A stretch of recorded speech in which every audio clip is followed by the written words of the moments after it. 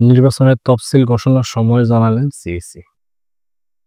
আগামী অক্টোবরে জাতীয় নির্বাচনের শিডিউল তফসিল ঘোষণার প্রস্তুতি নেওয়া হচ্ছে বলে জানিয়েছেন প্রধান নির্বাচন কমিশনার এএমএম নাসির উদ্দিন। বাংলাদেশে নিযুক্ত ব্রিটিশ হাইকমিশনার সারাহ কুকের সঙ্গে বৈঠক শেষে সাংবাদিকদের মুখোমুখি হয়ে একথা জানান তিনি। সোমবার রাজধানীর আগারগাঁওয়ে নির্বাচন ভবন এসব কথা বলেন সিইসি।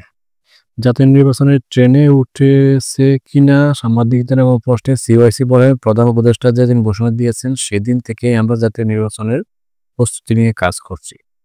তবে জাতীয় নির্বাচনের ঘোষণা কিন্তু প্রধান উপদেষ্টা দেবেন। তিনি বলেন, আমাদের টাইমলাইন ডিসেম্বর, এটা মাথায় রেখে কাজ করছি। ডিসেম্বরে ভোট হলে অক্টোবরে শিডিউল ঘোষণা করতে হবে। টাইমলাইনে যাতে মিস না করি সেভাবে প্রস্তুতি নিয়ে যাচ্ছি। এএমএম নাসির উদ্দিন বলেন, ব্রিটিশ হাইকমিশনারের সঙ্গে স্থানীয় সরকার নির্বাচন নিয়ে কথা হয়নি।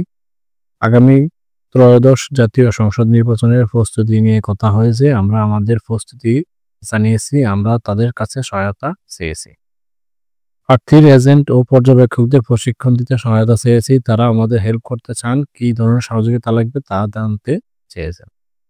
সিইসি আরও বলেন, তারা জানতে এসেছিলেন পার্লামেন্ট নির্বাচনের প্রস্তুতি সম্পর্কে, আমরা কোন পর্যায়ে আছি, কী ধরনের প্রস্তুতি চলছে। বাংলাদেশের ডেমোক্রেটিক ট্রানজিশনের বিষয়ে যুক্তরাজ্য আমাদের সহায়তা করতে চায়।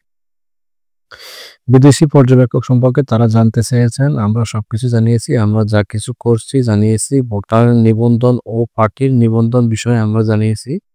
বিদেশি পর্যবেক্ষক নিয়োগের কাজ সময়মতো করব।